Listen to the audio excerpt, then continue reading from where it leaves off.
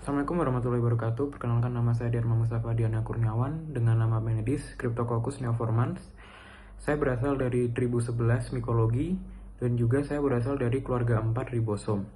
Baik, pada kesempatan kali ini izin saya ingin menyampaikan memaparkan materi presentasi mengenai penyakit tetanus. Baik, langsung saja kita masuk pada pengertiannya yang pertama, di mana tetanus adalah penyakit infeksi akut yang disebabkan oleh bakteri Clostridium tetani. Penyakit ini ditandai dengan adanya kekakuan otot dan kejang otot rangka, di mana gejala khasnya antara lain yaitu kaku pada rahang, leher, serta otot-otot yang lain, yang kemudian disertai kejang menyakitkan. Dan apabila tidak segera ditangani, maka tetanus ini bisa berakibat fatal, terutama bila mengenai otot pernapasan. Kemudian lanjut yang kedua adalah untuk pastofisiologinya, yaitu bagaimana penyakit ini bisa bekerja.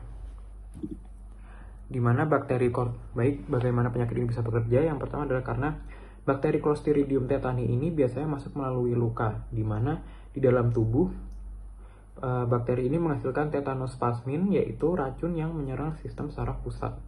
Racun ini kemudian menghambat pelepasan neurotransmitter penghambat, yaitu GABA dan glisin, dengan cara memecah protein penting bernama VAMP, yang mana hal ini dapat menimbulkan simpul saraf motorik menjadi tidak terkendali sehingga timbul kejang otot yang intens, kaku dimulai dari rahang lalu menyebar ke seluruh tubuh kita.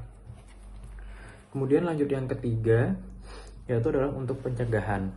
Ada beberapa cara pencegahan dari penyakit tetanus itu sendiri. Namun pada kesempatan kali ini saya akan menyebutkan di mana pencegahan tetanus yang paling umum dilakukan yang ada 3, yaitu adalah pemberian vaksinasi, perawatan luka dan kebersihan, dan juga imunisasi pasif. Untuk yang pertama, vaksinasi, di mana vaksinasi ini adalah cara paling efektif di Indonesia, di mana di Indonesia itu sendiri vaksin tetanus diberikan dalam bentuk kombinasi DPT sejak bayi, lalu mendapat booster di usia 18 bulan, 5 tahun, 7 tahun hingga remaja, dan setelah itu setiap 10 tahun sekali. Kemudian yang kedua adalah perawatan luka dan kebersihan, di mana cara perawatan luka dan kebersihannya itu bisa dilakukan dengan cara membersihkan luka dengan antiseptik, mengganti balutan secara rutin, dan yang terakhir menggunakan alas kaki untuk mencegah luka saat beraktivitas di luar. Kemudian untuk yang ketiga, yang terakhir adalah adanya imunisasi pasif, di mana dengan penggunaan imunisasi pasif ini pada luka berat digunakan pada luka berat atau jika belum pernah mendapat vaksin lengkap, bisa diberikan antitoksin tetanus atau imunoglobin yang kemudian dikombinasikan dengan vaksinasi aktif sesuai protokol.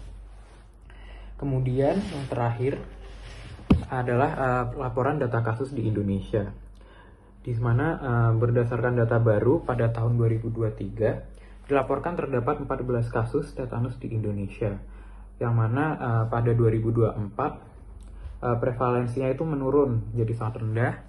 Namun masih ada beberapa kasus individual yang tercatat di dalam beberapa provinsi, yang mana ini menunjukkan bahwa tetanus belum sepenuhnya hilang sehingga pencegahan tetap penting. Kesimpulannya dari presentasi yang saya berikan ini, yang saya sajikan adalah tetanus adalah penyakit serius yang bisa dicegah dengan vaksinasi, perawatan luka, dan edukasi masyarakat. Sebagai calon tenaga kesehatan, jika kita memiliki tanggung jawab untuk tidak hanya memahami penyakit ini secara medis, tapi kita juga dapat menyampaikan pentingnya pencegahan hal ini kepada masyarakat agar prevalensi angkanya terus menurun setiap waktunya. Sekian presentasi dari saya, terima kasih atas perhatiannya. Wassalamualaikum warahmatullahi wabarakatuh.